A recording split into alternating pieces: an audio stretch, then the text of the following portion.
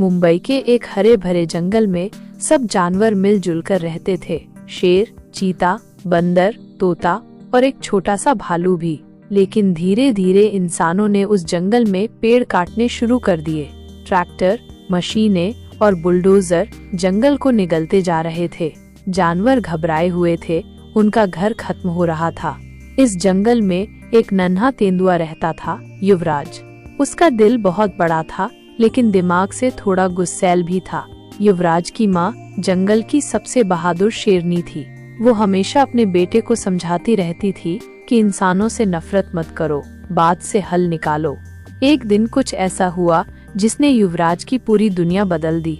इंसानों ने रात को जंगल में हमला कर दिया और उस हमले में युवराज की माँ मारी गई। युवराज की आंखों के सामने उसकी माँ चली गई और अब उसके दिल में सिर्फ गुस्सा था इंसानों के खिलाफ। इसी जंगल में और भी दोस्त रहते थे। बेगम नाम की एक तोता मैडम जो बहुत तेज तर्रार और होशियार थीं। फिर था बजरंगी, एक बहुत ही नाटू और चंचल बंदर जो हर बात में मजाक करता था। और सबसे अलग बग्गा नाम का एक भोला भाला भालू जिसे बात बात पर भूख लग जाती थी। इन सबको एक दिन एक अजीब आइडिया आया। बजरंगी ने कहा, अगर इंसान ही हमारे दुश्मन हैं, तो क्यों न इंसानों से ही बात की जाए। बेगम बोली, बिल्कुल, क्यों न हम सीधा दिल्ली जाकर प्रधानमंत्री जी से मिले और उनसे कहें कि हमारे जंगल बचाइए। सब हक्के बक्के रह गए। दिल्ली, प्रधानमंत्री, ये तो बहुत दूर है। लेकिन युवराज ने कहा, मैं अपनी माँ के लिए जाऊंगा। ये सफर आसान नहीं होगा, लेकिन हमें अपने घर को बचाना है। और इस तरह शुरू हुई दिल्ली सफारी। जानवरों ने तय किया कि वो इंसानों की तरह कपड़े पहनेंगे, एक चिड़ियाघर की गाड़ी चुराएंगे और दिल्ली तक का सफर करेंगे। बेगम को इंसानों की भाषा बोलनी आती थी, यानी अंग्रेजी। सबको उस पर पूरा भरोसा था। गाड़ी में सवार होकर सब निकल पड़े। युवराज, बेगम, बजरंगी, बग्गा और एक नया साथी एलेक्स, एक अंग्रेज तोता जो पिंजरे में कैद था, लेकिन उन्हें रास्ता दिखाने को तैयार हो गया। रास्ते में उन्हें कई मुश्किलें आईं। एक बार ट्रेन की पटरी पार करते समय बग्गा का पैर फंस गया, लेकिन युवराज ने जान जोखिम में डालकर उसे बचाया। फिर जंगलों से निकलते हुए शिकारियों का सामना हुआ। एक शिकारी ने बेगम को पकड़ने की कोशिश की, लेकिन बजरंगी ने अपनी नटखट चालों से उसे चकमा दे दिया। एक जगह तो उनकी गाड़ी ही टूट गई। सबको पैदल चलना पड़ा। भूख, थकान, डर सब झेलते हुए वो आगे बढ़ते रहे। आखिरकार बहुत मेहनत के बाद वो दिल्ली पहुंच गए।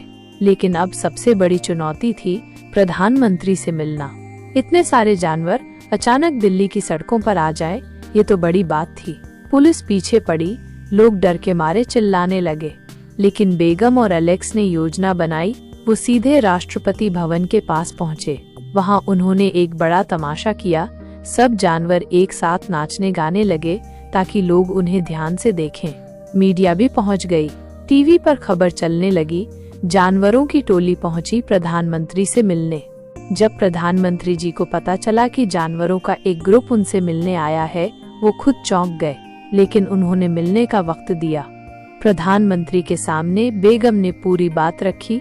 हमारे जंगल काटे जा रहे हैं, हम जानवर भी इसी देश के नागरिक हैं, हमें भी जीने का हक है।